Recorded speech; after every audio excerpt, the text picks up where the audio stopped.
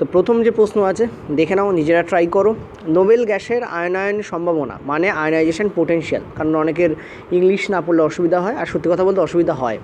তো এটা তোমাদের কি বলেছে, সর্বাধিক হবে, সর্বনিম্ন হবে, সর্বোচ্চ বা সর্বনিম্ন, এর কোনোটাই না। এটা তোমাদের আরআরবি এসএসসি মানে এসএসই 21/12/2020 প্রশ্ন, একদম রিসেন্ট প্রশ্ন এটা, ঠিক আছে, এবং এটা ইউতেও আছে, ট্রাই করো।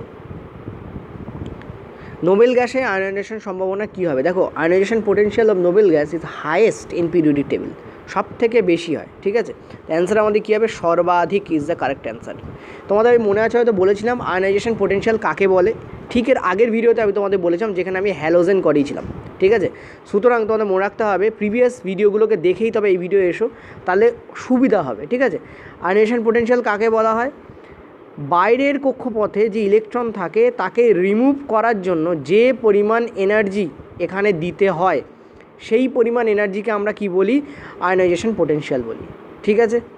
কি বললাম আবারও বলছি, একদম শেষ কক্ষপথে, একদম শেষ কক্ষপথে, লাস্ট কক্ষপথে যে ইলেকট্রন থাকে, অনেকগুলো ইলেকট্রন থাকতে পারে, তার থেকে একটা ইলেকট্রনকে রিমুভ করার জন্য যে পরিমাণ এনার্জি দিতে হয়, সেই পরিমাণ এনার্জিকে আমরা কি বলি?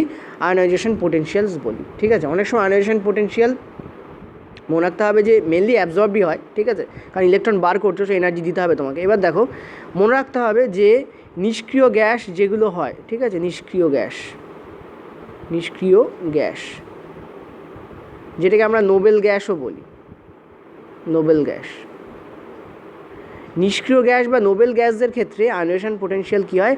হাইয়েস্ট হয়। কী হয়? হাইয়েস্ট হয়। হাইয়েস্ট কেন হয়? ধরো সাপোজ হিলিয়ামের কথা আমি বলছি, হিলিয়ামের আমরা জানি যে হিলিয়ামের অ্যাটমিক নাম্বার হচ্ছে 2, তার মানে শেষ কক্ষপথে কটা ইলেকট্রন থাকবে? 2টো ইলেকট্রন থাকবে, ঠিক আছে। এই 2টো ইলেকট্রন রিমুভ করতে পারাটা চাপের হয়ে যায়, কারণ হিলিয়াম একটা নিষ্ক্রিয় গ্যাস, এ পেট ভর্তি করে বসে আছে, আর তুমি কী করছো? তার পেটের থেকে খাবার বার করতে চাইছো, যেটা ইম্পসিবল, ঠিক আছে। নিষ্ক্রিয় গ্যাস কেন? কারণ শেষ কক্ষপথ পূর্ণ। দেখো না, KLMN, তো কে কক্ষপথে আমরা জানি 2টো থাকার কথা, আর এখানে দেখো 2টোই আছে। সো ও কোনো কিছু নেবেও না, ও কোনো কিছু দেবেও না, ও বলছে আমি ভাই চুপ করে বসে থাকবো, আমাকে কেন খাটাতে চাইছো তোমরা, কেন আমার পেটের থেকে খাবার বার করতে চাইছো, ঠিক আছে। সুতরাং এই নিষ্ক্রিয় গ্যাস হিলিয়াম, নিয়ন, আর্গন, ক্রিপ্টন, জেনন, এদের সবারই পেট ভরপুর থাকে, ঠিক আছে। হিলিয়ামের ক্ষেত্রে শেষ কক্ষপথে 2টো, বাকিগুলোর ক্ষেত্রে, বাকি নিষ্ক্রিয় গ্যাসের কথা বলছি, বাকি গ্যাসগুলোর ক্ষেত্রে কী হয়? শেষ কক্ষপথে 8টা করে ইলেকট্রন থাকে এবং অক্টেট এদের ফিল আপ থাকে। হিলিয়ামের ক্ষেত্রে ডুপ্লেট ফিল আপ থাকে, ফলে এদের কক্ষপথ থেকে ইলেকট্রন বের করে নেওয়াটা যেমন চাপের, ইলেকট্রন এদেরকে দেওয়াটাও তেমন চাপের, এবং ইলেকট্রন বের করতে গেলে প্রচুর পরিমাণ এনার্জি এদেরকে দিতে হয়, তবে এরা বলে আচ্ছা ভাই ঠিক আছে দিচ্ছি, ঠিক আছে, মানে ভীষণ প্রেশার দিতে হয় এদেরকে। ওই জন্য এদের আয়নাইজেশন পোটেনশিয়াল কী হয়? সর্বোচ্চ হয়। ক্লিয়ার হয়েছে আশা করি? ওই জন্য নোবেল গ্যাসের আয়নাইজেশন ক্ষমতা কী হয়? সর্বোচ্চ হয়। মনে রাখবে, সারা পিরিয়ড টেবিলে নিষ্ক্রিয় গ্যাসদের সবথেকে বেশি হয়, আর নিষ্ক্রিয় গ্যাসদের মধ্যে সবথেকে বেশি কার হয়? হিলিয়ামের হয়, ঠিক আছে। কারণ আমরা জানি যত আমরা গো ডাউন দ্য গ্রুপ, তত আয়নাইজেশন পোটেনশিয়াল কী হয়? কমতে থাকে। যত আমরা গ্রুপের নিচের দিকে যাই, তত আয়নাইজেশন পোটেনশিয়াল কী হয়? কমবে। সুতরাং হায়েস্ট কার হবে? হিলিয়ামের হবে এক্ষেত্রে। ক্লিয়ার হয়েছে? চলো, আর কেন নিচের দিকে গেলে কমে সেটাও আমি আগের দিন তোমাদের বলেছিলাম, যদি এটা নিয়ে লাস্টে প্রশ্ন তোমাদের দেওয়া আছে। চলো 2 নম্বরে বলছে বিরল গ্যাসগুলি সাধারণত রাসায়নিকভাবে নিষ্ক্রিয় হয় কারণ। দেখো, এই নোবেল গ্যাসগুলো বিরল গ্যাসও বটে, কারণ খুব কম পরিমাণ পাওয়া যায়, ঠিক আছে। নোবেল গ্যাসের কথাই বলা হয়েছে বেসিক্যালি। তো নোবেল গ্যাসগুলো, ঠিক আছে, এই গ্যাসগুলো তোমাদের রাসায়নিকভাবে নিষ্ক্রিয় কেন? এরা রাসায়নিকভাবে নিষ্ক্রিয় এর কারণ হচ্ছে এদের ইলেকট্রনিক যে কনফিগুরেশন থাকে সেটা স্থিতিশীল হয়, ঠিক আছে। ইলেকট্রনিক যে কনফিগুরেশন থাকে সেটা কী হয়? তোমাদের স্থিতিশীল হয়, ঠিক আছে। এইটা তোমাদের মাথায় রাখতে হবে। আচ্ছা, এই ইলেকট্রনিক সক্ষতার ইংলিশ কী? এটা হচ্ছে তোমাদের ইলেকট্রনিক অ্যাফিনিটি, ঠিক আছে। অনেকে ইলেকট্রন অ্যাফিনিটিও বলে। অ্যাফিনিটি শব্দের অর্থ হচ্ছে পিয়ার, ভালোবাসা, ঠিক আছে। সক্ষতা মানে সখী বা সখা করার ক্ষমতা, ওকে। অর্থাৎ ইলেকট্রনকে এরা আঁকড়ে ধরতে চায়, ওকে। তো এটা তো অ্যান্সার হবে না, কারণ ইলেকট্রন আঁকড়ে ধরতে চায় না বেসিক্যালি। এদের আয়নীকরণ ক্ষমতা যথেষ্ট হাই হয়, ঠিক আছে। নেক্সট হচ্ছে এরা এক পরমাণুক, এটা কারেক্ট, ঠিক আছে। বেশিরভাগ নিষ্ক্রিয় গ্যাসই তোমাদের এক পরমাণুক, ইনফ্যাক্ট সব নিষ্ক্রিয় গ্যাসই এক পরমাণুক, ঠিক আছে। কিন্তু এটা এইটার কারণ নয়, ঠিক আছে। সুতরাং এটা আমি কাটছি না, কিন্তু অ্যান্সার আমাদের কী হবে? তারা ইলেকট্রনিক কনফিগারেশন তাদের কী হয়? স্থিতিশীল হয়, ঠিক আছে। এটা তোমাদের অ্যান্সার হবে। আর এদের আয়নীকরণ ক্ষমতা আছে, আমি তোমাদের বললাম কি এদের আয়নীকরণ ক্ষমতা বেশি। অ্যাকচুয়ালি এদের আয়নীকরণ ক্ষমতা থাকেই না। কেন থাকে না?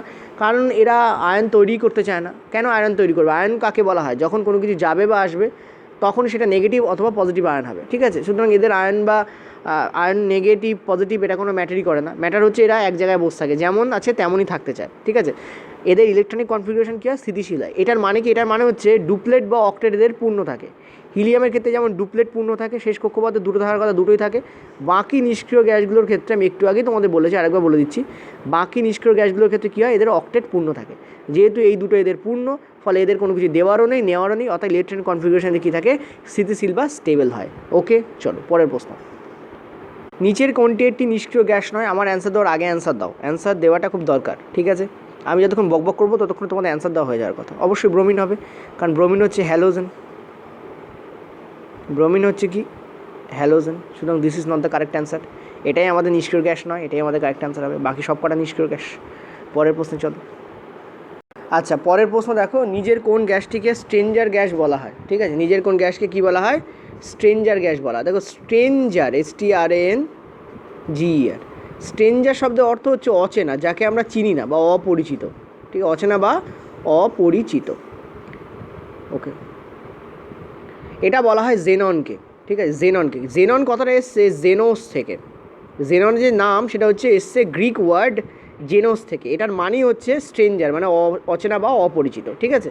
ওই জন্য জেননকে জেনোস থেকে যেহেতু এসছে, ওই জন্য একে স্ট্রেঞ্জার গ্যাস বলা। অ্যাকচুয়াল কারণটা তা নয়, অ্যাকচুয়াল কারণ হচ্ছে, দেখো, জেনন হচ্ছে একদম নিচে অবস্থান করে। নিষ্ক্রিয় গ্যাসগুলো যদি তুমি শ্রেণী দেখো, তাহলে জেনন বেশ নিচে অবস্থান করে।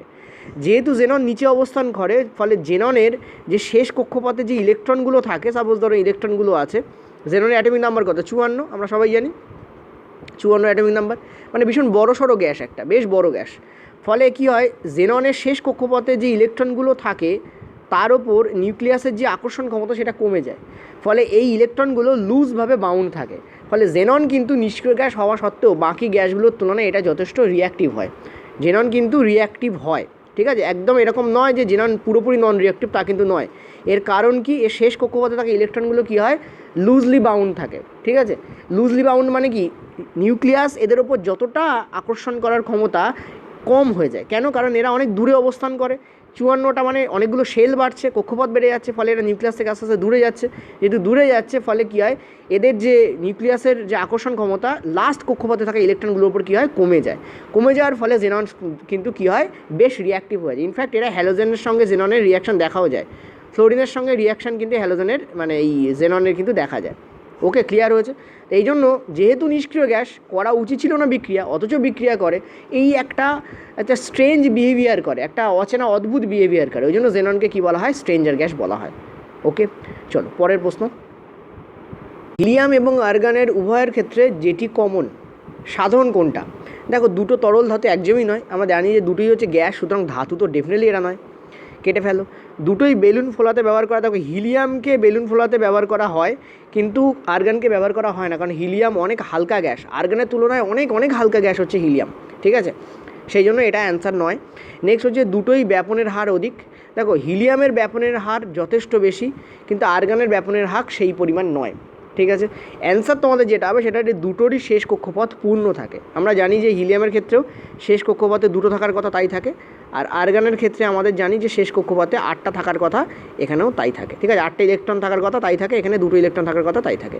অ্যান্সার আমাদের কী হবে, দুটোরই শেষ কক্ষপথ কী থাকে, পূর্ণ থাকে। ওই জন্যই এদেরকে নিষ্ক্রিয় গ্যাস বলা হয়। পরের প্রশ্নে চলো। নিচের কোনটা এক পরমাণুক? দেখো, সালফার হচ্ছে তোমাদের পলি অ্যাটমিক হয়, 8 হয় সালফারের, ঠিক আছে। সালফার হচ্ছে 8, সালফারে 8 হয়। আর্গান তোমাদের এই যে মোনো অ্যাটমিক বলেছে, এটাই আমাদের কারেক্ট অ্যান্সার হবে। যে কোনো নিষ্ক্রিয় গ্যাস তোমাদের মোনো অ্যাটমিক হয়, আর্গান। হাইড্রোজেন তোমাদের ডায়াটমিক হয়, অক্সিজেন তোমাদের ডায়াটমিক হয়। দেখো, টেট্রা, এটা বলে দিই, টেট্রা হচ্ছে তোমাদের যখন 4 থাকবে তখন টেট্রা বলা হয়, ঠিক আছে। আর যখন 4-এর এক্সট্রা হয়ে যায় তখন সেটাকে পলি অ্যাটমিক বলা হয়, যেমন এটা পলি অ্যাটমিক, এটা পলি অ্যাটমিক। আর যখন তোমাদের ট্রায়ো কাকে বলা হয়, TRIO, ট্রায়ো কাকে বলা হয়, যখন 3টে থাকে, ঠিক আছে। যেমন ওজন O3, 3টে, এটা ট্রায়াটমিক হলো। চলো পরের প্রশ্ন।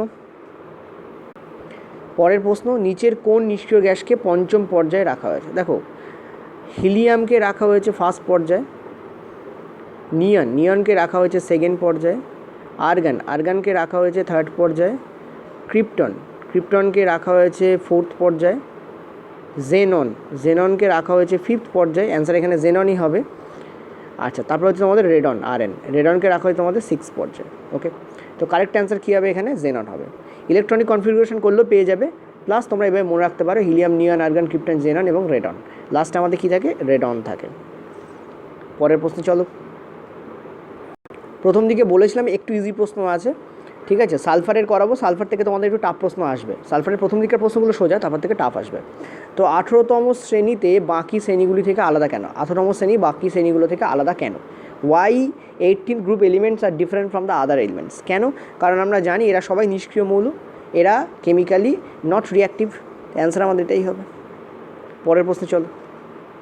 9 দাগ। এটা করার অনেক ব্যাপার আছে, যেমন দেখো এক্স আছে, এটা তোমাদের ওয়াই আছে, এটা তোমাদের জেড আছে, ঠিক আছে। তো জেড দেখতে পাচ্ছ এদের অক্টেট ক্লিয়ার আছে, তার মানে এটা একটা নিষ্ক্রিয় গ্যাস, আর এটা আর্গান বেসিক্যালি। তো অ্যান্সার আমাদের কী হবে? জেড হচ্ছে নিষ্ক্রিয়। ওকে, এখানে জেডে তো সব কটা থেকেই নিষ্ক্রিয়, এটা অ্যান্সার হবে না, কারণ জেড অধাতু নয়। অধাতু ডেফিনেটলি, কিন্তু নিষ্ক্রিয় গ্যাস জেড বেসিক্যালি, ঠিক আছে। আর এক্স কিন্তু নিষ্ক্রিয় গ্যাস নয়, এই জন্য এটা কেটে যাচ্ছে। দেখো জেড অধাতু, সেই জন্য কাটছে না, কিন্তু জেড অধাতু অবশ্যই, কারণ নিষ্ক্রিয় গ্যাসগুলো সব অধাতুই বটে, ঠিক আছে। কিন্তু এক্স নিষ্ক্রিয় গ্যাস নয়। কেন এক্স নিষ্ক্রিয় গ্যাস নয়? এর কারণ হচ্ছে দেখো এক্স একটা অধাতু। কেন অধাতু? কারণ দেওয়া হচ্ছে 2, 8, 7, আমরা দেখতেই পাচ্ছি এটা ক্লোরিন 17। আর যদি কেউ না জানো যে এটা ক্লোরিন, সে এটাও তো বুঝতে পারছো যে এখানে তোমাদের 8 ক্লিয়ার হতে হবে, ঠিক আছে। 8 যদি এখানে তোমাদের না অ্যাড করো, মানে 8 যদি তোমাদের না হয়, তাহলে কি হবে? এটা একটা আনস্টেবল অবস্থা থাকবে, তার মানে 8 হওয়ার জন্য এখানে একটা ইলেকট্রন এক্সট্রা দিতে হবে। আর কোনো জিনিস যখন সে নেয় তখন সে নেগেটিভ হয়ে যায়, আর নেগেটিভ হয় কে? অধাতু নেগেটিভ হয়, তখন এটা ডেফিনেটলি একটা অধাতু, ঠিক আছে। আর ওয়াই হচ্ছে আমাদের ম্যাগনেশিয়াম, মানে ধাতু এটা। আর যদি কি এভাবে না বুঝতে পারো, 2, 8, 2কে যদি বের করে দেয়, তাহলে শেষ কক্ষপথে 8টা থাকবে। এই বের করে দিচ্ছে মানে পজিটিভ আয়ন তৈরি করবে, ঠিক আছে। তাহলে ডেফিনেটলি এটা কি একটা ধাতু। ওকে, তো ক্লিয়ার হবে কোনটা? অধাতু ধাতু নিষ্ক্রিয় গ্যাস, অধাতু ধাতু নিষ্ক্রিয় গ্যাস, ফার্স্ট অপশন আমাদের কারেক্ট হবে। চলো পরের প্রশ্ন। এটা রেলে পড়া প্রশ্ন, কিন্তু প্রশ্নটাকে আমি একটু ঘুরিয়ে দিয়েছি, ঠিক আছে। ওখানে তোমাদের শ্রেণীগুলো লেখা ছিল, গ্রুপগুলো লেখা ছিল নিউমেরিক্যাল দিয়ে, আমি সেটা করিনি, আমি তোমাদের নাম্বারগুলোকে তুলে দিয়ে জাস্ট অ্যাড করে দিয়েছি এগুলো। চলো করো। নিচের কোনটি হলো নিষ্ক্রিয় গ্যাসের শ্রেণী? নিক্টোজেন, চালকোজেন, নাকি হ্যালোজেন, নাকি ট্রানজিশন এলিমেন্ট? দেখো 3 থেকে 12, থার্ড গ্রুপ থেকে 12th গ্রুপ, এইটা হচ্ছে তোমাদের ট্রানজিশন এলিমেন্টের গ্রুপ, আমরা সবাই জানি। হ্যালোজেন হচ্ছে 17th, ফ্লোরিন, ক্লোরিন, ব্রোমিন এরা। আচ্ছা, চালকোজেন হচ্ছে তোমাদের 16th, অক্সিজেন ফ্যামিলি, ঠিক আছে। অক্সিজেন ফ্যামিলিকে কী বলা হয়? চালকোজেন বলা হয়। কেন বলা হয়? আগের দিন তোমাদের সব বলেছি। নিক্টোজেন হচ্ছে নাইট্রোজেন ফ্যামিলি, 15th গ্রুপ। তো নিষ্ক্রিয় গ্যাসের শ্রেণী মানে হচ্ছে 18th গ্রুপ, লাস্ট গ্রুপ। আর 18 গ্রুপ কার পরে আসে? 17 গ্রুপের পরে আসে। তো অ্যান্সার হবে কি আমাদের? হ্যালোজেনের পরে আসে, ঠিক আছে। আর এই ব্যাপারে পূর্ণ ইনফরমেশান পেতে ঠিক এর আগের ভিডিওটা দেখো, ডিসক্রিপশন বক্সে লিঙ্ক আছে। চলো পরের প্রশ্ন। নিচের কোনটি শেষ কক্ষপথে 2টি মাত্র ইলেকট্রন থাকে? আমরা জানি যে হিলিয়াম হচ্ছে ডুপ্লেট কমপ্লিট করে, তার মানে হিলিয়ামেরই শেষ কক্ষপথে 2টো ইলেকট্রন থাকবে। বাকি সব কটার ক্ষেত্রে শেষ কক্ষপথে 8টা ইলেকট্রন থাকবে। এদের শেষ কক্ষপথে 8টা করে আছে, এর শেষ কক্ষপথে 2টো করে আছে। তো এইটা আমাদের মানে অ্যান্সার হবে এখানে। পরের প্রশ্ন চলো। পরের প্রশ্ন দেখো, এইটা হচ্ছে ইম্পর্টেন্ট প্রশ্ন কেন? কারণ এই প্রশ্নটাতে তোমাদের অনেক ইনফরমেশান দেওয়া আছে, আর এই প্রশ্নটা ক্রিটিক্যাল এই কারণ এটা খুব কনফিউজ করে তোমাদের, ঠিক আছে। আমরা নর্মালি সবাই জানি যে নিষ্ক্রিয় গ্যাসের শ্রেণী হচ্ছে আমাদের 18th গ্রুপ এলিমেন্ট, ঠিক আছে, 18th গ্রুপ। কিন্তু এখানে দেখো 18th গ্রুপ বলে কিছু দেওয়াই নেই, প্রবলেমটা এখানে হয়ে যায়। আর এ বি এগুলো কী বেসিক্যালি, এটা তোমাদের অসুবিধা হয়। প্রথম যখন মেন্ডেলিভ পিরিয়ড টেবিল তৈরি করেছিলেন, তখন উনি কিন্তু এই 1, 2, 3, 4 এইভাবে উনি নামকরণ করেনি। তোমরা যদি মেন্ডেলিভের অ্যাকচুয়াল পিরিয়ড টেবিল দেখো, সেখানে দেখবে রোমান হরফে 1, 2, 3 ইত্যাদি তোমাদের গিভেন আছে, ঠিক আছে। আর তোমাদের মনে আছে হয়তো, সেটা হচ্ছে 1 থেকে 7 পর্যন্ত গিয়েছিল। তারপর উনি একটা ফার্দার আরেকটা শ্রেণী তৈরি করেছেন, যেটা হচ্ছে 8ম গ্রুপ। ওকে, এবং তোমরা জানো যে অনেক এলিমেন্ট মেন্ডেলিভের সময় আবিষ্কৃতই হয়নি, পরবর্তীকালে আবিষ্কৃত হয়েছে। যেমন নিষ্ক্রিয় গ্যাস মেন্ডেলিভের সময় ছিল না। মেন্ডেলিভ প্রেডিক্ট করেছিলেন যে আরও কিছু থাকতে পারে, কিন্তু উনি জানতেন না কী কী সেগুলো। তো পরবর্তীকালে আরও অনেক শ্রেণী অ্যাড হয়েছে, এবং পরবর্তীকালে আমরা এই রোমান নাম্বার ছেড়ে নর্মাল আমাদের যে বলতে পারে কাউন্টিং নাম্বার, সেই কাউন্টিং নাম্বারগুলোতে আমরা এসেছি, ন্যাচুরাল নাম্বারগুলোতে আমরা ফিরে এসেছি, ঠিক আছে। 1, 2 এগুলো সব ন্যাচুরাল নাম্বার, কাউন্টিং নাম্বার বলা হয়, ঠিক আছে। সুতরাং আমরা এই ধরনের যখন রোমান হরফ ছাড়ছি, তখন আমাদের ম্যান্ডেলিফকে আমরা কী করে দিচ্ছি, পুরো অগ্রাহ্য করে দিচ্ছি। তো অনেক পিরিয়ড টেবিল কী করে, ম্যান্ডেলিফের যে সাইন, কারণ ফার্স্ট তাকেই বলা হয় ফাদার অফ পিরিয়ডিক টেবিল, তো তিনি যেভাবে করেছিলেন তারটাকে রাখতে চায়, ঠিক আছে। IUPAC যে 1 2 3 4 সেটাকে বাদ দিয়ে এরকম করে, তো এর ওপর বেস করে প্রশ্নটা দেওয়া হয়েছে, ঠিক আছে। তো আমি তোমাদের বলে দিচ্ছি, ভালো করে শুনে নাও। গ্রুপ নম্বর এখানে আমি নিচে লিখে দিচ্ছি, ঠিক আছে। গ্রুপ নম্বর ফার্স্ট এবং ফার্স্ট এ, গ্রুপ নম্বর 2A, দেখো এখানে কোথাও আমি বি লিখবো না। Group number 3A, group number 4A, ঠিক আছে। গ্রুপ নম্বর 5, ঠিক আছে, 5A, আমি কোথাও কিন্তু এখানে বি লিখবো না, ওকে। গ্রুপ নম্বর 6 এবং তারও A, group number 7A, group number 8এর A, ঠিক আছে। এবার তোমাদের এলিমেন্টগুলোর নাম আমি লিখছি। এদিকে তোমাদের থাকে হচ্ছে, এটা হচ্ছে 18th গ্রুপ এলিমেন্টগুলো হচ্ছে এই গ্রুপে রাখা, এটাকে 17th গ্রুপ এলিমেন্টগুলোকে এই গ্রুপে রাখা, মানে হ্যালোজেন। এটা তোমাদের 16th গ্রুপ এলিমেন্ট, এটা তোমাদের 15th গ্রুপ এলিমেন্ট, ঠিক আছে। আচ্ছা, এটা তোমাদের 14th গ্রুপ এলিমেন্ট, এটা তোমাদের 13th গ্রুপ এলিমেন্ট, এটা তোমাদের সেকেন্ড গ্রুপ এলিমেন্ট, এটা তোমাদের ফার্স্ট গ্রুপ এলিমেন্ট, ঠিক আছে, ফার্স্ট গ্রুপ এলিমেন্ট। ক্লিয়ার হয়েছে? এই ব্যাপারটা কখনো ভুলবে না, এগুলো দিয়ে প্রশ্ন আসে। এবার মনে রাখবো কী করে, দেখো এখানে 1 আছে, এটা ফার্স্ট, এটা 2 আছে, এটা সেকেন্ড, আর কোনোটাতেই দেখো বি নেই, সব A, 3A 4A। এবার এই জায়গা থেকে এক্সেপশন স্টার্ট হয়, কারণ আমরা জানি যে থার্ড গ্রুপ থেকে 12th গ্রুপ এটাতে রাখা আছে ট্রানজিশন এলিমেন্টগুলো, ওই জন্য এই ক্ষেত্রে এক্সেপশন সবসময়ের জন্য পাবে, তুমি নর্মালেও দেখবে এটা হয়, ঠিক আছে। তো 3 এখানে 13th হয়ে যাবে, 4 এখানে 14th হয়ে যাবে, 5 এখানে 15th হয়ে যাবে, 6 এখানে 16th হয়ে যাবে, 7 এখানে 17th হয়ে যাবে এবং 8 এখানে 18th হয়ে যাবে, ঠিক আছে। অর্থাৎ এখানে যত নম্বর থাকবে তার সঙ্গে তুমি কী করবে, যেমন এখানে দেখো 4 আছে, এটা 4 ইন্ডিকেট করছে, ঠিক আছে। 4-এর সঙ্গে তুমি 10 অ্যাড করে দেবে, তত নম্বর গ্রুপের এলিমেন্টগুলো এই রকম গ্রুপে রাখা হবে। ক্লিয়ার হয়েছে? এখানে যেমন 5 আছে, 5, এটা 5-এর চিহ্ন, 5-এর সঙ্গে তুমি 10 অ্যাড করে দেবে, মানে এটা 15th হয়ে যাবে, ঠিক আছে। এইভাবে মনে রাখবে।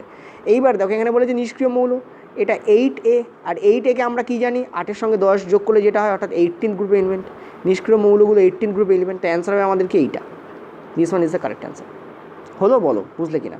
আর তোমরা জানো যে ফার্স্ট গ্রুপে যাদেরকে রাখা তাদেরকে আমরা ক্ষারীয় মৌল বলি, সেকেন্ড গ্রুপে যাদেরকে রাখা তাদের আমরা ক্ষারীয় মৃত্তিকা মৌল বলি, মানে অ্যালকালি আর্থ মেটাল বলি। 13th গ্রুপে যাদেরকে রাখা তাকে আমরা বোরন গ্রুপ বলি। 13th গ্রুপ হচ্ছে বোরন, এর ফার্স্ট যে এলিমেন্ট সেটা হচ্ছে বোরন, ওই জন্য বোরন গ্রুপ বলা হয়, ঠিক আছে। আর 14 এলিমেন্ট সেটা হচ্ছে আমাদের কার্বন গ্রুপ, ঠিক আছে। একটু আগে বলেছি 15 nitrogen, 16 oxygen, 17 halogen, just minute, হ্যাঁ 17 হচ্ছে তোমাদের হ্যালোজেন, মানে ফ্লোরিন, ক্লোরিন, ব্রোমিন এরা। আর এটাতে একটু আগে বলেই দিলাম এটা নিষ্ক্রিয় গ্যাস, নোবেল গ্যাস, ঠিক আছে, নোবেল। তো এগুলো গোলাবে না, ঠিক আছে। এটাও লিখে দিচ্ছি, এটা তোমাদের ক্ষারীয় মৃত্তিকা মৌল, ঠিক আছে, মৃত্তিকা মৌল। ক্ষারীয় মৌল আর ক্ষারীয় মৃত্তিকা মৌলের মধ্যে পার্থক্য আছে, ঠিক আছে। এই দুটো সেম টু সেম দেয়, 1 মানে ফার্স্ট, 2 মানে সেকেন্ড, কিন্তু এখান থেকে আলাদা হতে আরম্ভ করে, ঠিক আছে। আচ্ছা, এবার দেখো আর একটা জিনিসও বলে দিই, এখনও শেষ হয়নি বলা। আরেকটি যেটা, সেটা হচ্ছে যে আমি ইম্পর্টেন্টগুলো তুলে দিচ্ছি। এবার এদের কি স্যার বি নেই, সব কি এই হবে? না, অ্যাকচুয়ালি দেখো তোমরা দেখতে পাচ্ছ এখানে 3A বলে লেখা আছে, এই যে 3A, ঠিক আছে। এই 3A-টা যখনই 3B করে দেবো, ঠিক আছে, এই 3B থেকেই স্টার্ট হয় ট্রানজিশন এলিমেন্ট, মানে স্ক্যান্ডিয়াম 3B-তে অবস্থান করে, ট্রানজিশন এলিমেন্ট, ঠিক আছে। ট্রানজিশন এলিমেন্ট যারা আছে তারা সব এই 3B থেকে স্টার্ট হয়, এটা মনে রাখবে, ভেরি ভেরি ইম্পর্ট্যান্ট। এটা যায় কত দূর? এরা যায় হচ্ছে 2B অবধি, 3B থেকে 2B অবধি টোটাল, অর্থাৎ থার্ড যে গ্রুপ আছে সেখান থেকে 12th যে গ্রুপ আছে, 12th গ্রুপকে 2B গ্রুপ বলা হয়, ঠিক আছে। এই টোটাল হচ্ছে এই রেঞ্জের মধ্যে অবস্থান করে, 3B থেকে 2B অবধি, ঠিক আছে। এর মাঝখানে আছে 3B, তারপরে 4B, তারপরে 5B, তারপরে 6B, তারপরে 7B, তারপরে 8B। আচ্ছা, আরেকটা জিনিস ইম্পর্টেন্ট যেটা বলে দিই, 8B যেটা আছে, 8B, এই 8B এর মধ্যে 3টে গ্রুপ থাকে, অষ্টম গ্রুপ, নবম গ্রুপ এবং দশম গ্রুপ। তারপর 11 গ্রুপকে বলা হয় 1B, আর 12th গ্রুপকে বলা হয় 2B। এই জায়গাটা আরেকবার রিভাইজ করে দিচ্ছি, শুনে নাও। কী বললাম আমি? ট্রানজিশন যে এলিমেন্টগুলো আছে সেগুলো 3B থেকে 2B অবধি রাখা হয়েছে, ঠিক আছে। 3B হচ্ছে থার্ড গ্রুপ, 4b হচ্ছে ফোর্থ গ্রুপ, 5b হচ্ছে ফিফথ গ্রুপ, 6b হচ্ছে সিক্স গ্রুপ, 7b হচ্ছে সেভেন্থ গ্রুপ, 8b হচ্ছে এইট গ্রুপ, ঠিক আছে। কিন্তু না, 8b এর মধ্যে তিনটে অবস্থান করে, 8, 9 অ্যান্ড 10, এই তিনটে গ্রুপই 8b এর মধ্যে অবস্থান করে, ঠিক আছে। এরপর কী হয়, এরপর আবার দেখো 8টাই তো আছে না, তারপর আবার এইখানে ফিরে আসা হয়, অর্থাৎ 1b এবং 2b, 1a আর 2a আগেই দিয়ে দেওয়া হয়েছিল, 1b আর 2b বাকি আছে, 1aতে থাকে 11 গ্রুপ আর 2bতে থাকে 12 গ্রুপ। এইভাবে তোমাদের রিপ্রেজেন্ট করানো হয়, ঠিক আছে। এটা চাইলে খাতায় ভালো করে লিখে নিতে পারো, ওকে। এই পার্টটা খুব ইম্পর্টেন্ট, এটা মুখস্থ রাখবে। রেলে যেহেতু আগেরবার একটাই প্রশ্ন, আমি সারা ইউথ খুঁজে একটাই প্রশ্ন পেয়েছি, সেজন্য তোমাদের আমি ভার্সলি এখানে বলে দিলাম, বলা যায় না পড়তে পারে। চলো পরের প্রশ্ন। নিচের কোন নিষ্ক্রিয় গ্যাসের সাথে ক্লোরিন অ্যানায়নের মিল পাওয়া যায়? অ্যানায়ন মানে কি? নেগেটিভ আয়ন, ঠিক আছে। নেগেটিভ আয়নকে কী বলা হয়? অ্যানায়ন বলা হয়, ওকে। আর পজিটিভ আয়নকে কী বলা হয়? ক্যাটায়ন বলা হয়। তার মানে ক্লোরিন দেখো 2, 8, 7, নেগেটিভ আয়ন কথার মানে কি এখানে একটা ইলেকট্রন এক্সট্রা অ্যাড হয়েছে, তার মানে এটা এখন হয়ে গেছে 2, 8, 8, মানে এটা 18 ইলেকট্রন আছে এর মধ্যে, 18টা ইলেকট্রন আছে। কোন নিষ্ক্রিয় গ্যাসের অ্যাটমিক নাম্বার 18 হয়? আমরা জানি আর্গনের অ্যাটমিক নাম্বার 18 হয়, তো কারেক্ট অ্যান্সার আমাদের এখানে কী হবে? 18 হবে, ঠিক আছে। চলো পরের প্রশ্ন। নিচের কোনটি পলি অ্যাটমিক? একটু আগেই তোমাদের বলেছি সালফার হচ্ছে S8 হয় সালফার, এবং সালফার হচ্ছে পলি অ্যাটমিক হয়, তো অ্যান্সার আমাদের সালফারই হবে এখানে। আর্গান কিন্তু আমাদের মোনো অ্যাটমিক, সোডিয়াম আমরা মোনো অ্যাটমিক পাই, অক্সিজেন হচ্ছে ডায়াটমিক, O2 লেখা হয়, সোডিয়ামকে Na লেখা হয়, আর্গানকে Ar লেখা হয়। এই দুটো হচ্ছে মোনো অ্যাটমিক, যেখানে অক্সিজেন হচ্ছে ডায়াটমিক, সালফার হচ্ছে poly atomic. That why sulphur is the correct answer here, ঠিক আছে। চলো পরের প্রশ্ন। ইউথে এই প্রশ্নটা ডাইরেক্ট এভাবেই লেখা আছে, আমার মতে বলে এটা ক্ষারীয় ধাতু কোনটা নয়, এটা বললে সুবিধা হতো। দেখো সোডিয়াম, পটাশিয়াম এবং লিথিয়াম, এরা তিনটিই হচ্ছে তোমাদের ক্ষারীয় ধাতুর মধ্যে পড়ে, যেখানে সালফার একটা অধাতু এবং সালফার ক্ষারীয় নয়, ঠিক আছে। তো কারেক্ট অ্যান্সার আমাদের কী হবে? ক্ষারীয় ধাতু নয় কোনটা, সেটা আমাদের অ্যান্সার হবে তোমাদের সালফার। সালফার কিন্তু ক্ষারীয় ধাতু নয়, এর অ্যাটমিক নাম্বার হচ্ছে 16 সালফারের। পরের প্রশ্নে চলো। শক্তি, সর্বোচ্চ স্থিতিস্থাপকতা এবং স্থায়িত্ব প্রদানের জন্য সালফার যোগ করে রাবারকে শক্তি প্রদান করা হয়, এটাকে বলা হয় হার্ডেনিং অফ রাবার, ঠিক আছে। হার্ডেনিং অফ রাবারকে বলা হয় ভালকানাইজেশন। সালফার হচ্ছে একটা ভালকানাইজিং এজেন্ট, ঠিক আছে। পলি আইসোপ্রোপেন, ঠিক আছে, পলি আইসোপ্রোপেন, যেটাকে অ্যাকচুয়ালি বলা হয় ন্যাচুরাল রাবার, ঠিক আছে, যেটা খুব একটা টাফ হয় না, শক্ত হয় না, ন্যাচুরাল রাবার। তার সঙ্গে সালফারকে কী করা হয়? অ্যাড করা হয়, এবং ডাইরেক্ট অ্যাড করা হয় এমন না, কেমিক্যাল প্রসেস আছে, এবং এই পদ্ধতিটার মাধ্যমে কী করা হয়? এই ন্যাচারাল রাবারকে হার্ড রাবারে পরিণত করা হয়, ঠিক আছে। এই পদ্ধতিটাকে কী বলা হয়? ভালকানাইজেশন। এই ভালকানাইজেশন কিন্তু তোমাদের টায়ার প্রস্তুত করতে ব্যবহারে কাজে লাগে, ঠিক আছে। গাড়ির যে টায়ার দেখো, এক্ষেত্রে কিন্তু ভালকানাইজেশন পদ্ধতি অ্যাপ্লাই করা হয়। চল পরের প্রশ্ন। সালফার কোন ভাষা থেকে এসেছে? ঠিক আছে, সালফার কিন্তু এসেছে তোমাদের ল্যাটিন শব্দ থেকে, ভেরি ইম্পর্ট্যান্ট। ল্যাটিন শব্দ থেকে সালফার কথাটা এসেছে। অ্যাকচুয়ালি সালফারকে আরেকটা নামও ডাকা হয়, সেটা যে ব্রিমস্টোন, এটা মনে রাখবে, এটা অনেক সময় পরীক্ষা পড়ে যায়, যে ব্রিমস্টোন। আচ্ছা জাস্ট এ মিনিট, বানান ভুল হয়েছে আমার। ব্রিমস্টোন, ঠিক আছে, BRIMSTON, ব্রিমস্টোন। ব্রিমস্টোন মানে হচ্ছে বার্নিং স্টোন, ঠিক আছে। সালফার খুবই রিঅ্যাক্টিভ হয় এবং আগুনে দিলে সঙ্গে সঙ্গে বার্ন হয়, ঠিক আছে, এটাকে ওই জন্য বার্নিং স্টোনও বলা হয়। আর সালফার কিন্তু দেখতে ইয়েলো হয়, অর্থাৎ হলুদ রঙের হয়, ঠিক আছে, এটা মনে রাখবে, এগুলো পড়ে যায় কখনো কখনো। চলো নেক্সট পরের প্রশ্ন। চোখ জ্বালার জন্য দায়ী কোনটি যখন পেঁয়াজ কাটা হয়? পেঁয়াজ হচ্ছে একটা সালফার কম্পাউন্ড, পেঁয়াজের মধ্যে সালফার প্রচুর পরিমাণে থাকে, তো পেঁয়াজ যখন কাটা হয় তখন সালফারের গন্ধ কিন্তু পেঁয়াজে পাওয়া যায়। এটা এনসিপিসিতে পড়ার প্রশ্ন, একটু লো লেভেলের প্রশ্ন, ঠিক আছে।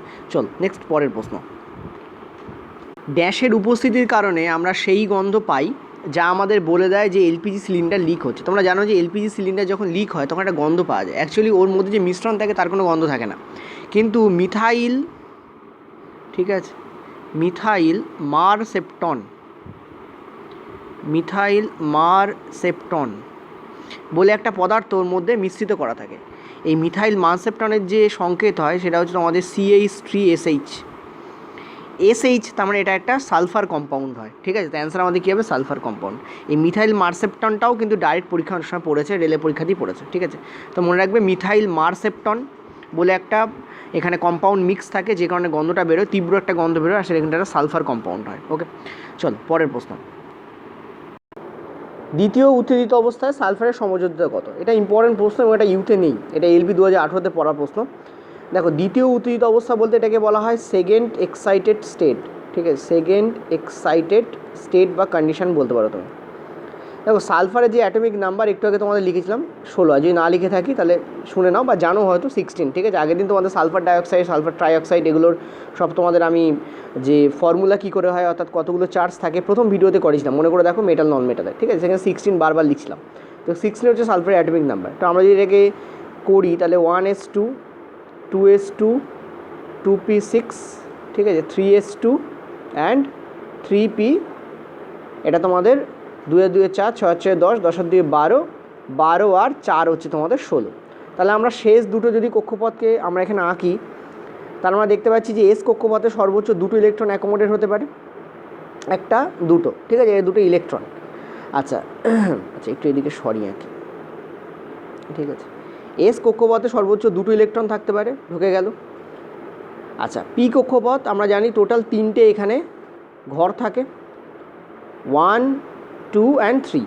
প্রথম কক্ষপথে একটা ঢুকলো, দ্বিতীয় কক্ষপথে একটা ঢুকলো এবং তৃতীয় ঘরে একটা ঢুকলো। এটা পি কক্ষপথ, এটা হচ্ছে এস সাবশেল, এটা পি সাবশেল। এস সাবশেলে সর্বাধিক দুটো ঢুকতে পারে, পি সাবশেলে সর্বাধিক 6টা ঢুকতে পারে, তাই না? আমরা জানি এটা। তো 3টে ঢুকেছে কিন্তু হওয়া উচিত 4টে, তো আর একটা ঢুকে যাবে। এবং প্রথমে এরা আপার স্পিন, অ্যাকচুয়ালি আপার স্পিন লোয়ার স্পিন বলে কিছু হয় না, আমি জাস্ট আপে লিখছি বলে তোমাদের বলছি, এইভাবে তোমাদের ভর্তি হবে, তারপর আবার ফিরে এসে ফার্স্ট ঘরটায় ভর্তি হয়, ঠিক আছে। এবার দেখো লাস্ট যেটা, এরপরে আরেকটা তো তোমাদের থাকে যেটা খালি আছে এখানে, আমাদের সেটার দরকার নেই, সেটা হচ্ছে ডি সাবশেল। 1, 2, 3, 4, 1, 2, 3, 4, 5, ঠিক আছে। তো আমরা জানি যে পি সাবশেলে, সরি ডি সাবশেল, এটা ডি সাবশেল, ডি সাবশেলে সর্বাধিক কটা ধরতে পারে? 10টা ধরতে পারে, ঠিক আছে। এতে 2, এতে 6, এতে 10, ঠিক আছে। আচ্ছা এফ হলে কটা হতো এটাও সবার জানা উচিত। এফ হলে তোমাদের কতগুলো হতো? এফ হতে তোমাদের 14টা হতো, ঠিক আছে। সর্বাধিক 14টা ঢুকতে পারে এফ সাবশেলে, এসপিডিএফ তোমরা জানো। এইবার দেখো যখনই সালফার উত্তেজিত হয়ে যায় তখন সালফার কী করে, দেখো তোমাদের মনে আছে হয়তো আমি বলেছিলাম যদি ইলেকট্রন পাশাপাশি অবস্থান করে তাহলে এরা এরকম পাশাপাশি অবস্থান করতে পারে না, এরা চিপকে থাকতে পারে না, কারণ দুটো ইলেকট্রন নেগেটিভ, ফলে এরা একে অপরকে বিকর্ষণ করে বেসিক্যালি, ঠিক আছে। একে অপরকে কী করে? বিকর্ষণ করে।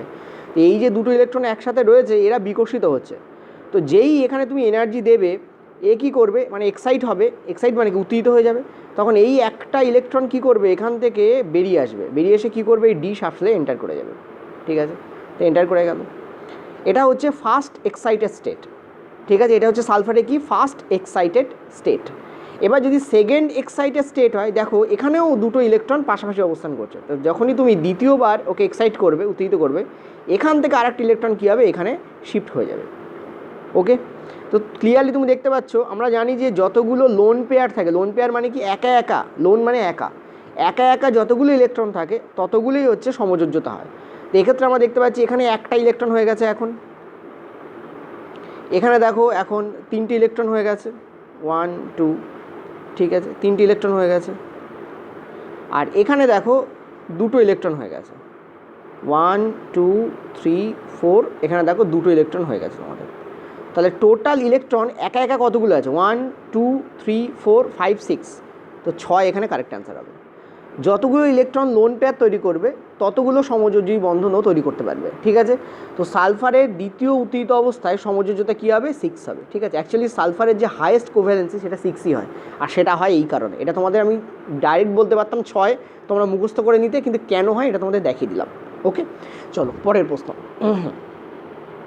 হাইড্রোজেন সালফাইডে হাইড্রোজেন এবং সালফারের বন্ধন হলো, দেখো হাইড্রোজেন সালফাইড হচ্ছে H2S, যেখানে হাইড্রোজেনের একটা অধাতু, সালফার একটা অধাতু, তো ডেফিনেটলি সমযোজী বন্ধন তৈরি হবে। তৈজযোজী বন্ধন তৈরি হতে পারে না, ধাতু আর অধাতুর মধ্যে তৈরি হয় তৈজযোজী বন্ধন, কিন্তু যদি অধাতু অধাতু হয়, অধাতু প্লাস অধাতু হয়, তাহলে ডেফিনেটলি সেটা সমযোজী বন্ধন কিন্তু তৈরি করবে, ঠিক আছে। সো কারেক্ট অ্যান্সার কী হবে আমাদের? সমযোজী বন্ধন বা কোভ্যালেন্স, ঠিক আছে। সমযোজী বন্ধন ইংরেজি হচ্ছে কোভ্যালেন্ট বন্ড, কোভ্যালেন্ট, ঠিক আছে, কোভ্যালেন্ট বন্ড। হলো ক্লিয়ার? একটু দেখিয়ে দেবো কীভাবে হাইড্রোজেন সালফাইডের সমযোজী বন্ধন তৈরি হয়, চলো একটু দেখে নাও, ঠিক আছে। এটা লাগবে না এখানে, তবু দেখে নাও, কেন দেখো ব্যাপারটা হচ্ছে কি ক্লিয়ার যত থাকবে তুমি তত তোমার সুবিধা হবে, ঠিক আছে। দেখো H2S, তো আমি তোমাদের কী বলেছিলাম, যখন এরা বন্ড তৈরি করে তখন যেটার সংখ্যা কম সেটা সিঙ্গেল অ্যাটম হয় এবং সেটা সেন্ট্রাল অ্যাটম হয়। তা সালফার হচ্ছে এখানে সেন্ট্রাল অ্যাটম, ঠিক আছে, সালফার এখানে সেন্ট্রাল অ্যাটম, এই হচ্ছে সালফার সেন্ট্রাল অ্যাটম। তো প্রথমে আমরা এইচ দিয়ে কী করবো, এখানে বন্ড তৈরি করার চেষ্টা করবো। তুমি এইচকে এদিকেও রাখতে পারো, আমি দুটো এইচকে এই পাশে পাশে রেখেছি। এই হচ্ছে hydrogen, this one is hydrogen, ঠিক আছে। এবার দেখো এখানে টোটাল কতগুলো ভ্যালেন্স ইলেকট্রন আছে তোমাকে দেখতে হবে, অর্থাৎ শেষ কক্ষপথে কতগুলো ইলেকট্রন আছে। তোমাদের করিয়েছিলাম ফার্স্ট ভিডিওতে, সালফারের 6টা থাকে শেষ কক্ষপথে, আর একটা হাইড্রোজেনের একটা করে থাকে এখানে 2টো, তো টোটাল কতগুলো হচ্ছে 8টা। তো মোট ভ্যালেন্স ইলেকট্রন কতগুলো এখানে 8, ঠিক আছে। এবার দেখো প্রথমে আমরা কী করবো, সিঙ্গেল বন্ড তৈরি করবো। তো সিঙ্গেল বন্ড তৈরি হলো, এই তৈরি হলো সিঙ্গেল বন্ড। সিঙ্গেল বন্ড মানে একটা সিঙ্গেল বন্ড মানে দুটো ইলেকট্রন, ঠিক আছে। তার মানে 2 আর 2 4টে ইলেকট্রন এখানে খরচ হয়ে গেছে। টোটাল তো আছে তোমাদের 8টে ইলেকট্রন, তাহলে আরও 4টে ইলেকট্রন আছে, কাকে দেবে, সেন্ট্রাল অ্যাটমকে দিয়ে দাও, ঠিক আছে। তো দেখো সালফারের অক্টেট ক্লিয়ার হয়েছে কিনা দেখো, 1 2 3 4 5 6 7 8, দেখো সালফারের অক্টেট এখানে কী হয়েছে, ক্লিয়ার হয়ে গেছে, ঠিক আছে। ওকে, সালফার স্টেবল হয়ে গেছে, হাইড্রোজেন স্টেবল, কারণ হাইড্রোজেন ডুপ্লেট কমপ্লিট করে। দেখো 1টা 2টো হাইড্রোজেন পেয়ে গেছে, এই হাইড্রোজেনে 1টা 2টো ডুপ্লেট পেয়ে গেছে কমপ্লিট এখানে। এই হচ্ছে তোমাদের হাইড্রোজেন সালফাইডের কী হয়, তোমাদের স্ট্রাকচার হয়, ঠিক আছে। এবার একটা জিনিস দেখো, তোমাদের যদি এখান থেকে প্রশ্ন করা হয় যে সালফারের সমযোজ্যতা এখানে কত, বা সালফারের কোভ্যালেন্সি এখানে কত, অ্যান্সার তোমাদের কী হবে 2। দেখো সালফার 2 কোভ্যালেন্সি দেখাতে পারে, সালফার 4 কোভ্যালেন্সি দেখাতে পারে, সালফার 6 কোভ্যালেন্সি দেখাতে পারে। একটু আগে তোমাদের 6 কোভ্যালেন্সি কী করে দেখায় বললাম। এইটা হচ্ছে সেই কেস যেখানে সালফার 2 কোভ্যালেন্সি দেখাচ্ছে, ঠিক আছে। সালফার 6ও দেখায়, 4ও দেখায়, 2ও দেখায়। ওকে, এখানে সালফারের কোভ্যালেন্সি কত হবে, 2, এখানে সালফারের কোভ্যালেন্সি হবে। এটা প্রশ্ন করতে পারতো যে হাইড্রোজেন সালফাইডে সালফারের কোভ্যালেন্সি কত। আচ্ছা সালফারের কোভ্যালেন্সি 2 কেন, দেখো যতগুলো সমযোজী বন্ধন বা যতগুলো কোভ্যালেন্ট বন্ধন সালফার তৈরি করছে সেটাই হচ্ছে সালফারের কোভ্যালেন্সি। এখানে দেখতে পাচ্ছ সালফার হাইড্রোজেনের সঙ্গে একটা, এই হাইড্রোজেনের সঙ্গে একটা, টোটাল 2টো কোভ্যালেন্স বন্ধন তৈরি করছে। যেহেতু সালফার 2টো কোভ্যালেন্ট বন্ধন তৈরি করছে, এখানে সালফারের কোভ্যালেন্সি কত হবে, 2 হবে। ওকে, চলো পরের প্রশ্ন। আচ্ছা এখান থেকে তোমাদের একটু র্যাপিড ফায়ার রাউন্ড করছি। প্রত্যেকটা প্রশ্নের জন্য আমি তোমাদের 20 সেকেন্ড করে আমি তোমাদের টাইম দেবো, ঠিক আছে। প্রত্যেকটা প্রশ্ন তোমাদের সলভ করার জন্য তোমার 20 সেকেন্ড পাবে। 20 সেকেন্ডের মধ্যে এই 2টো প্রশ্নের অ্যান্সার তোমাদের দিতে হবে, ক্লিয়ার? চলো ট্রাই করো, প্রশ্ন পড়ো, বোঝো, অ্যান্সার দাও। 20 সেকেন্ড, সব পরীক্ষার প্রশ্ন, শিফটও লেখা আছে ইনফ্যাক্ট, কোন শিফটে কী পড়েছে।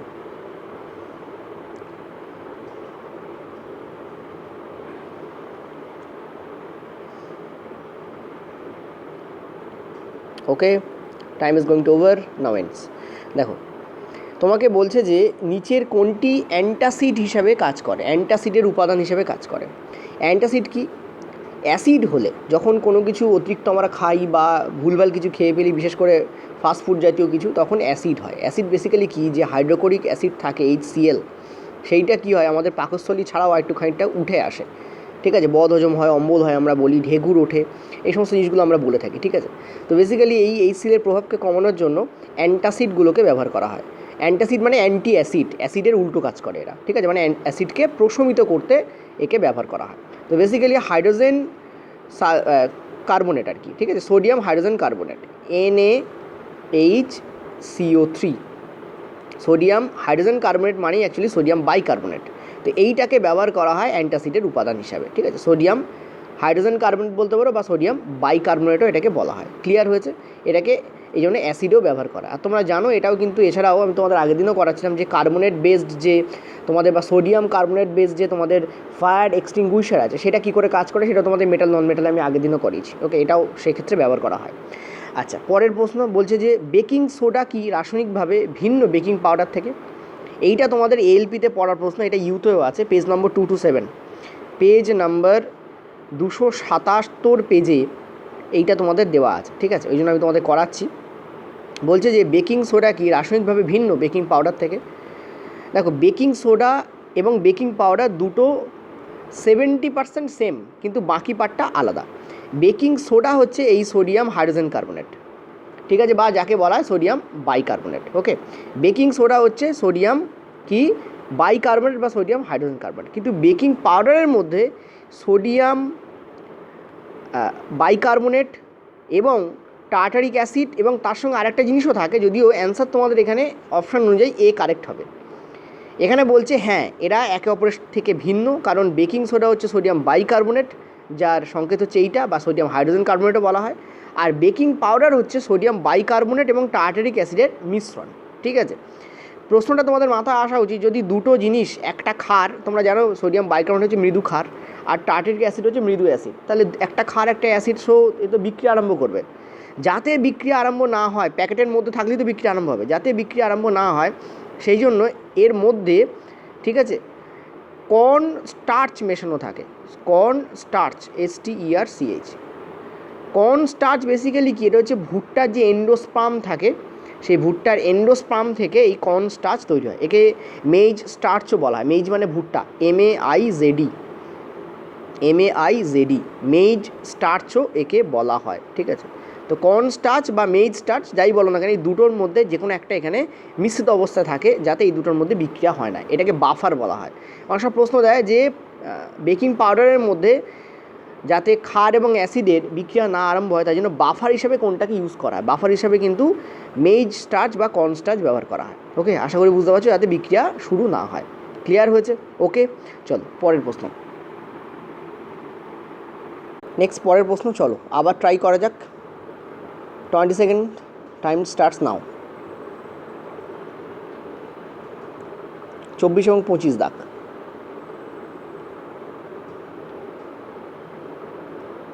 চলো এটাতে একটু 30 সেকেন্ড দিচ্ছি, কারণ অনেকের প্রবলেম হতে পারে। প্রথম প্রশ্নটা একটু টাফ আছে।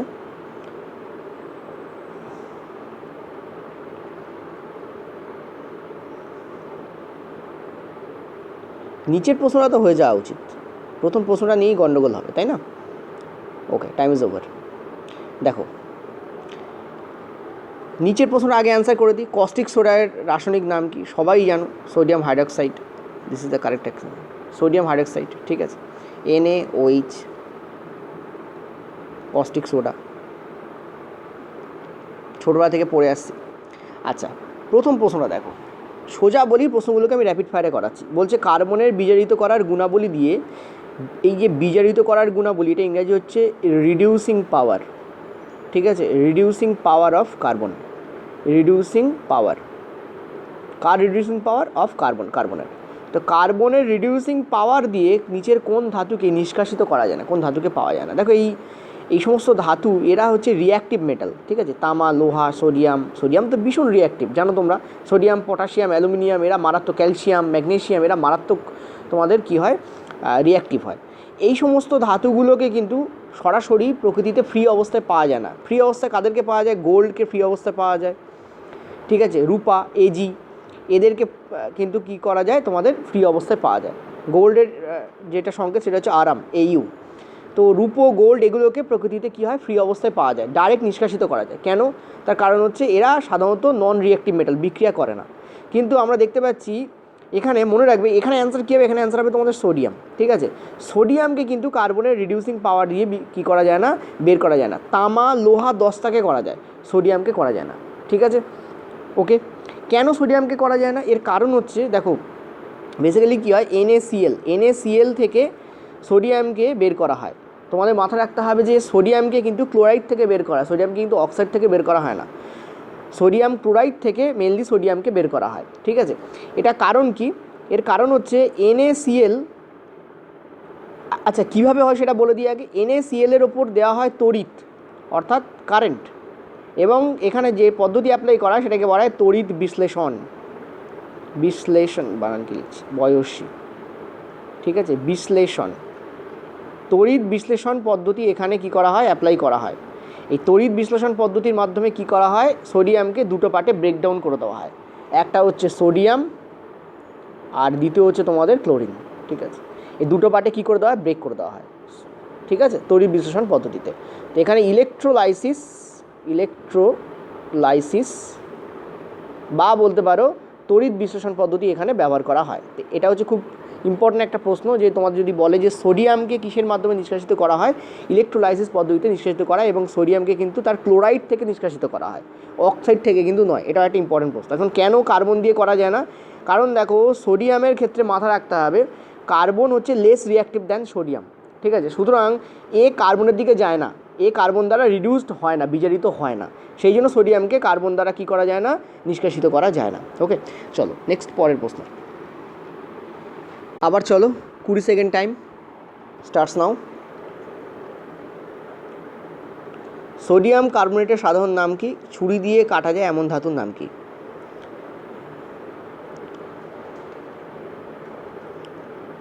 কমন কোশ্চেন্স, একদম কমন প্রশ্ন, 10 সেকেন্ডে অ্যান্সার আসা উচিত। ওকে, টাইম ইজ ওভার। দেখো, সোডিয়াম কার্বনেটের সাধারণ নাম তোমরা সবাই জানো। দেখো, সোডিয়াম বাইকার্বনেটের সাধারণ নাম হচ্ছে খাওয়ার সোডা বলা হয় বা বেকিং সোডা বলা হয়, ঠিক আছে। কিন্তু সোডিয়াম কার্বনেটের যে অ্যাকচুয়াল নাম মানে পোশাকি নাম সেটা হচ্ছে ওয়াশিং সোডা। Na2CO3 হচ্ছে সংকেত হয়।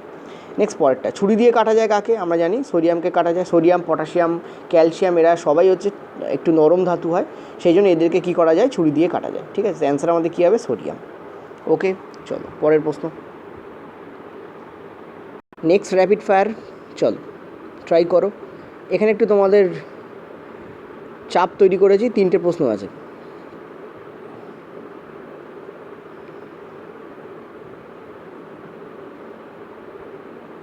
টোয়েন্টি সেকেন্ডই দেবো, কিন্তু 3টে প্রশ্নের জন্য 30 সেকেন্ড তা হবে না। ওকে, টাইম ইজ ওভার। দেখো কী বলছে, নিম্নলিখিত ধাতুগুলোর মধ্যে কোনটি কেরোসিন তেলে সংরক্ষিত করা হয়? দেখো, প্লাটিনাম এবং সোনা এরা হচ্ছে তোমাদের নন রিয়াক্টিভ, খুব একটা রিয়াকশান করে না এরা, ফলে সোনা তো ডেফিনেটলি, সুতরাং এদেরকে, এবং তামাও সঙ্গে সঙ্গে রিয়াকশান করবে তা নয়, কিন্তু সোডিয়াম কিন্তু জল লাগলেই রিয়াকশান করতে আরম্ভ করে। সোডিয়ামকে যদি খোলা অবস্থায় রাখো, বায়ুমণ্ডলে বা বাতাসে যে জলীয়বাষ্প থাকে তার সংস্পর্শে এসেও বিক্রিয়া করে, সুতরাং সোডিয়ামকে যাতে সেই বিক্রিয়া না করে সেই জন্য এটাকে কী করা হয়? কেরোসিন তেলে চুবিয়ে রাখা হয়। নেক্সট পরের প্রশ্ন, নিচের কোন ধাতুকে জ্বালানোর সময় হলুদ শিখা জ্বলতে থাকে? যদি সোডিয়ামকে তুমি জ্বালাও তুমি হলুদ শিখা পাবে। পরের প্রশ্ন, সোডিয়াম কার্বনেটের রাসায়নিক সূত্র কি? একটু আগে তোমাদের বলেছে Na2CO3, Na2CO3, D will be the correct answer. চলো পরের প্রশ্ন, বলছে যে যখন একটি বিদ্যুৎ একটি লবণাক্ত সোডিয়াম ক্লোরাইডের জলের মাধ্যমে, মানে জলের অ্যাকচুয়ালি জলীয় মাধ্যম মানে জলীয় দ্রবণে বেসিক্যালি পাস করানো হয়, তখন নিচের কোনটিতে সেটা ভেঙে যায়? এটা এলপি টেকনিশিয়ানের প্রশ্ন, 20/2018, 10 সেকেন্ড। চলো এরপরে কয়েকটা রিয়াকশান তোমাদের আছে।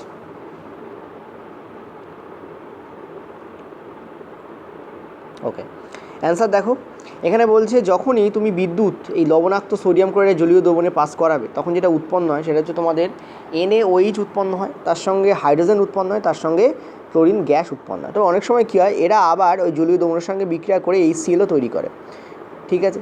এবার তোমরা বলবে স্যার তাহলে তো সি আর ডিও কারেক্ট। দেখো, সি আর ডিতে হাইড্রোজেন এক্সট্রা আছে, ঠিক আছে, আর ডিতে তোমাদের নাইট্রোজেন এক্সট্রা আছে। তো হাইড্রোজেন যখনই H2 আর Cl2 বিক্রিয়া করে HCl তৈরি করবে তখন হাইড্রোজেন কোথায় থাকবে?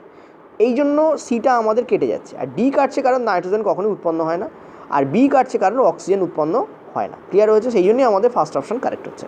ওকে, চলো নেক্সট পরের প্রশ্ন ট্রাই করো। চলো আবার,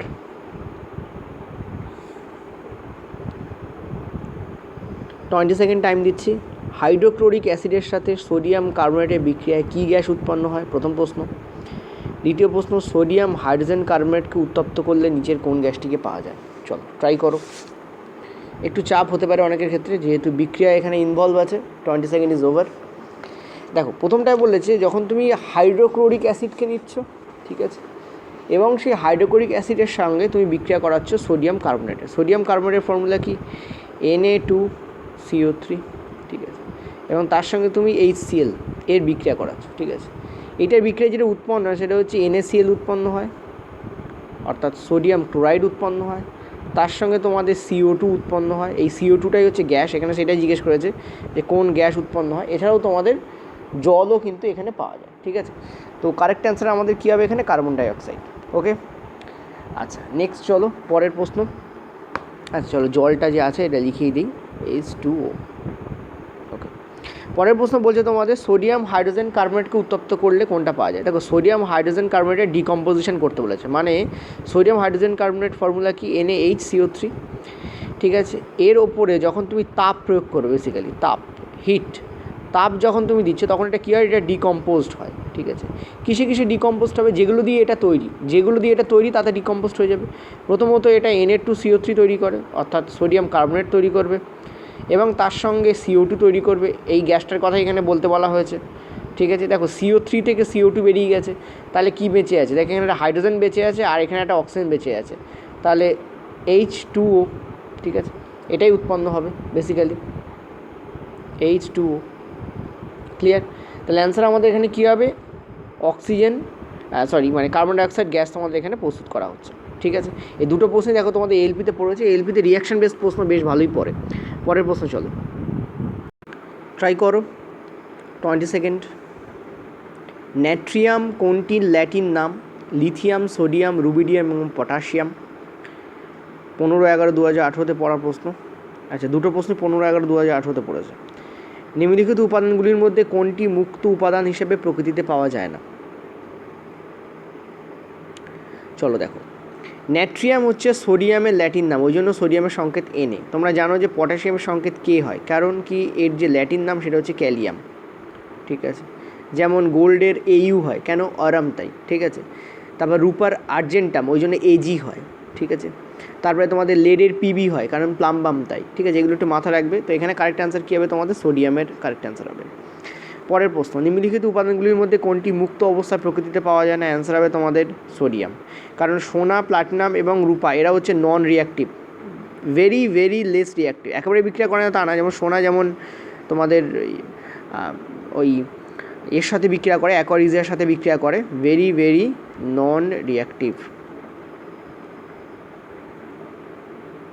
ঠিক আছে, সোনা যেমন তোমাদের কি বললাম, সোনা যেমন তোমাদের ওই অ্যাকোয়ারিজের সাথে বিক্রিয়া করে, রূপা তো আবার অ্যাকোয়ারিজের সাথেও বিক্রিয়া করে না ইনফ্যাক্ট। ঠিক আছে, তো এখানে কারেক্ট অ্যান্সার কী হবে? আমাদের সোডিয়াম এখানে কারেক্ট অ্যান্সার হবে। চলো পরের প্রশ্ন। 3টে প্রশ্ন, 20 minute time, sorry 20 second time. Try করো। ঠান্ডা জলের সাথে কোন ধাতু বিক্রিয়া করে? নিচের কোনটির স্ফুটনাঙ্ক এবং গলনাঙ্ক বেশ কম? নিচের কোনটি একটি ক্ষারীয় মৃত্তিকা মৌল? মাঝখানেরটাতেই প্রবলেম হতে পারে, বাকি দুটোতে অসুবিধা হওয়ার কথা নয়। ট্রাইট। ওকে, দেখো ঠান্ডা জলের সঙ্গে বিক্রিয়া করে কোন ধাতু?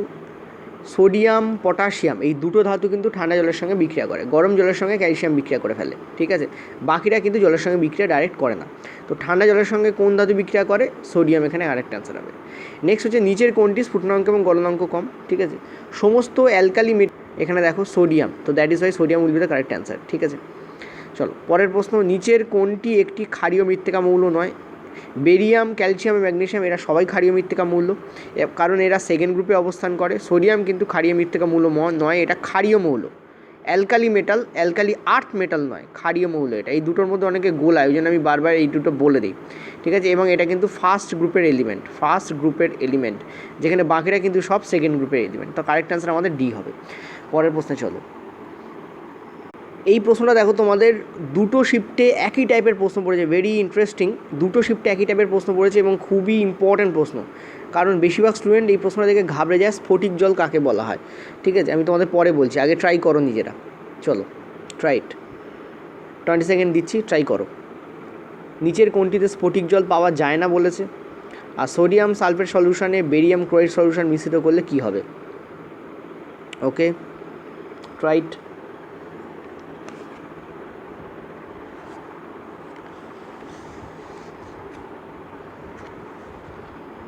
চলো একটু বেশি টাইম দিলাম।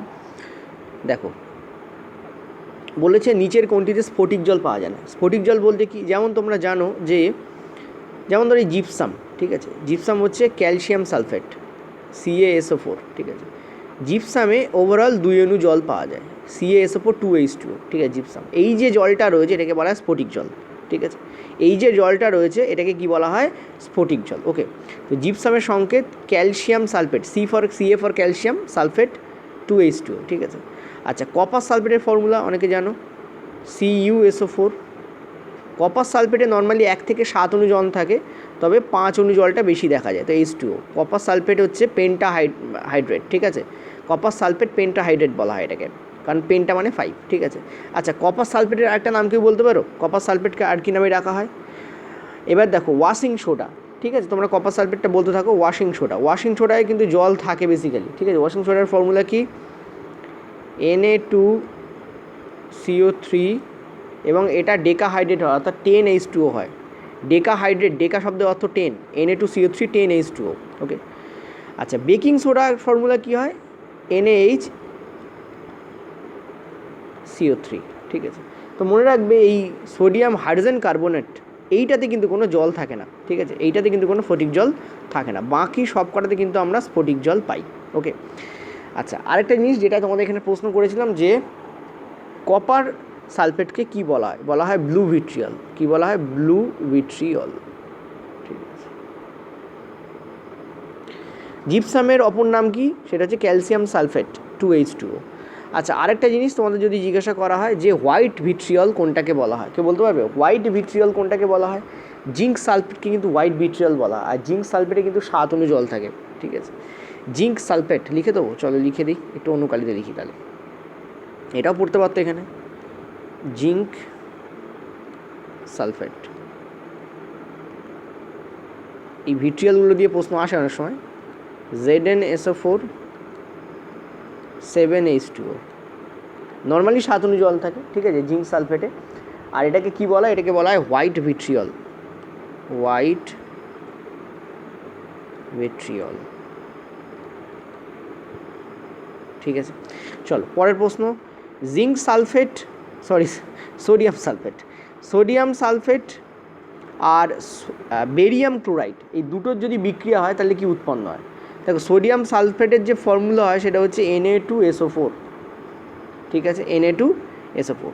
তো সোডিয়াম সালফেটের যে ফর্মুলা হয় সেটা এইটা, আর বেরিয়াম ক্লোরাইডের যে ফর্মুলা হয় সেটা BaCl2। BaCl2, এই দুটোর যদি বিক্রিয়া ঘটানো হয় তাহলে কোনটা উৎপন্ন হয়? এটা এক্সচেঞ্জ হয়, অর্থাৎ সালফেট আয়ন বেরিয়ামের দিকে চলে যায় আর ক্লোরাইড আয়ন চলে যায় সোডিয়ামের দিকে। ঠিক আছে, এটা এক্সচেঞ্জ হয়ে যায়, অর্থাৎ NaCl তৈরি হয়। Na2Cl2, দুটো 2 কেটে যাবে, তো NaCl তৈরি হবে।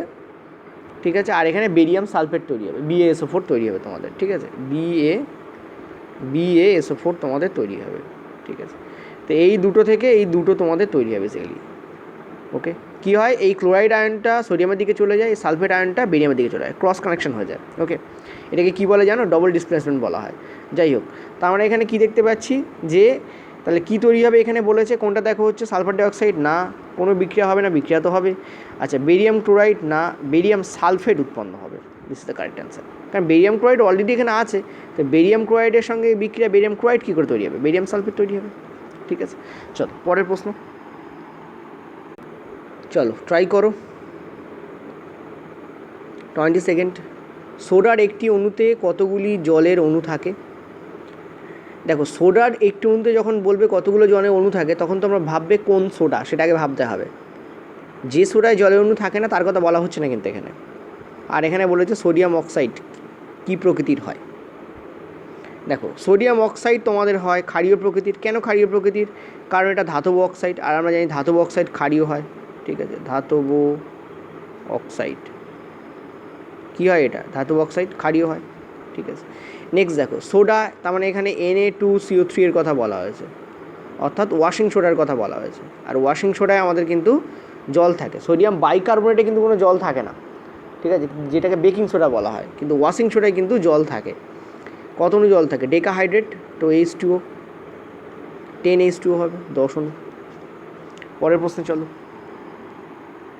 চলো ট্রাই করো, একটু পড়ে দিই। হ্যাঁ, অনেক ধরনের প্রশ্ন আছে এখানে। একজন দুধ বিক্রেতা খুব সামান্য পরিমাণ বেকিং সোডা ফ্রেশ দুধে দেয়, কারণ কি? ওকে, আর এর থেকে এই প্রশ্নটাও আসতে পারতো যে দুধ বিক্রেতা দুধে কোন সোডা মেশায়, বেকিং সোডা না ওয়াশিং সোডা, বা তোমাদের ফর্মুলা দিয়ে, কেমিক্যাল ফর্মুলা দিয়েও দিতে পারতো, গুলি যাওয়ার চান্স থাকে। এটা কিন্তু গ্রুপ ডিতে পড়েছে 18/9/2018-তে, শিফট 2-তে। নেক্সট হচ্ছে নিচের কোনটি সোডিয়াম কার্বনেটের ব্যবহারের মধ্যে পড়ে? ঠিক আছে, চলো ট্রাই করো।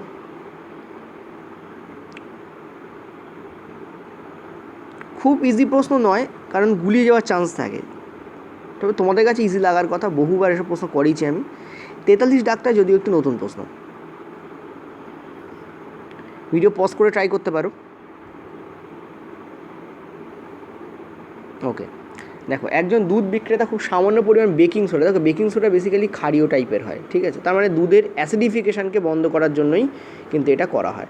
অনেক সময় তুমি যদি রৌদ্রের মধ্যে দুধকে রেখে দাও, দুধ যদি খুব গরম হয়ে যায় বা তোমাদের যদি অনেক দিন ধরে রেখে দাও, তাহলে কি হয়, দুধের মধ্যে যে ওর যে ল্যাকটিক অ্যাসিড থাকে সেটা জমতে শুরু করে। ঠিক আছে, এবং অ্যাসিডিফিকেশান হয়, দুধ টক হয়ে যায়, দইয়ে পরিণত হতে পারে, ইত্যাদি ইত্যাদি ব্যাপার হয়ে যায়। ঠিক আছে, দুধ কেটে যায়, যেটাকে আমরা বলি।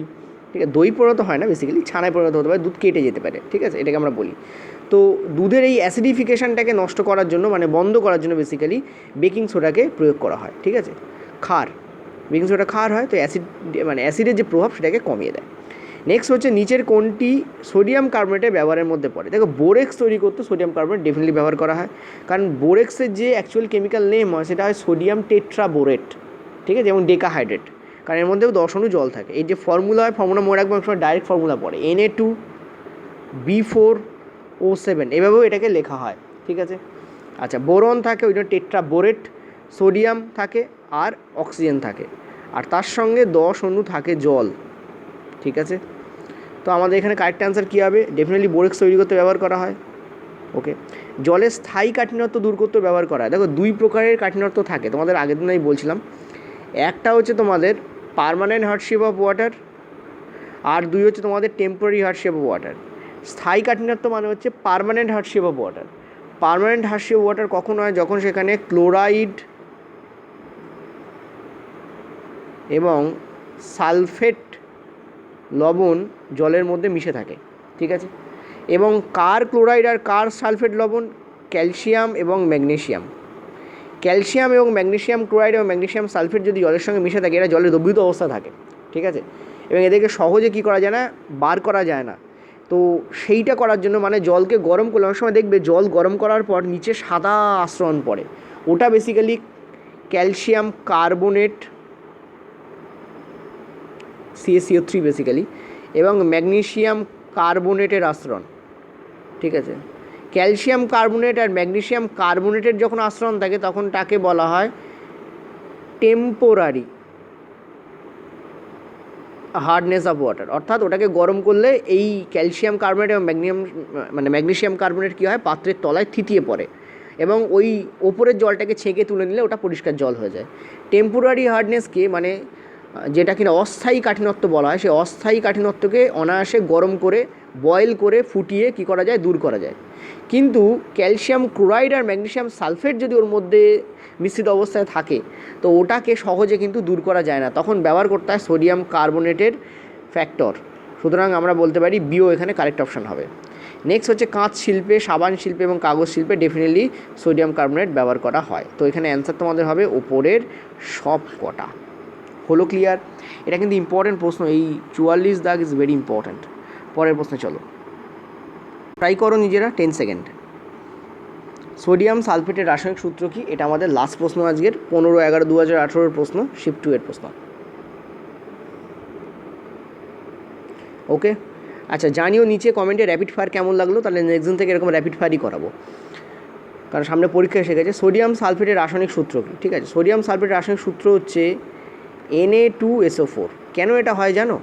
আমরা জানি যে SO4 এর মাথায় যে চার্জ থাকে সেটা হয় 2-, ঠিক আছে, আর সোডিয়ামের যেটা থাকে সেটা হয় 1, তাই না? ভ্যালেন্সি কত? সোডিয়ামের 1।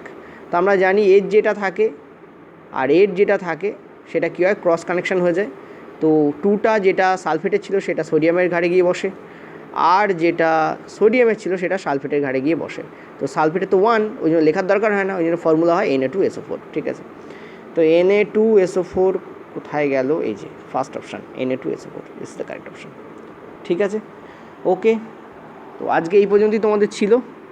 অবশ্যই জানিও যে র্যাপিড ফায়ার কেমন লাগলো, যেমনটা বললাম, তাহলে আমি আরও অনেক র্যাপিড ফায়ার করাবো। আর এর যে PDF তোমরা আশা করছি রাত্রে দেওয়া, যদি রাত্রে না হয় কাল সকালে ডেফিনেটলি পেয়ে যাবে। Thank you.